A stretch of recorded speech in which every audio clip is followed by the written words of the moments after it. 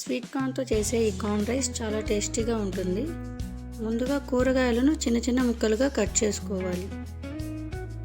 1 cup sweet corn గింజలను ఉడకబెట్టుకొని పెట్టుకోవాలి. ఇప్పుడు బాండీలో 3 స్పూన్స్ ఆయిల్ వేసి వెల్లుల్లి ముక్కలు వేసి 1 నిమిషం వేయించాలి.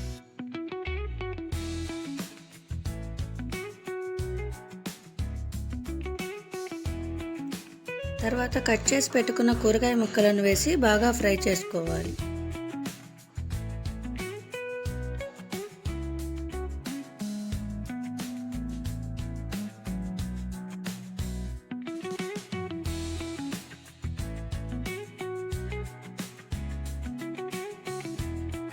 తర్వాత ఉడకబెట్టిన స్వీట్ కార్న్ గింజలు,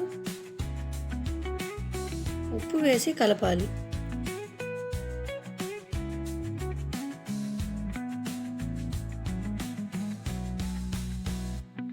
ఇప్పుడు 3 కప్పులు అన్నం వేసి 1/2 టీ స్పూన్ మిరియాల పొడి,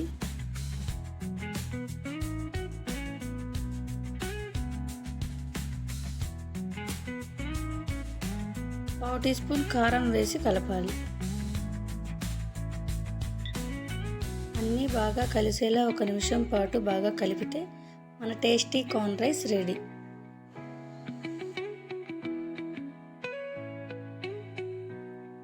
ఇలాంటి ఈజీ రెసిపీస్ కోసం మా ఛానల్ని సబ్స్క్రైబ్ చేయండి.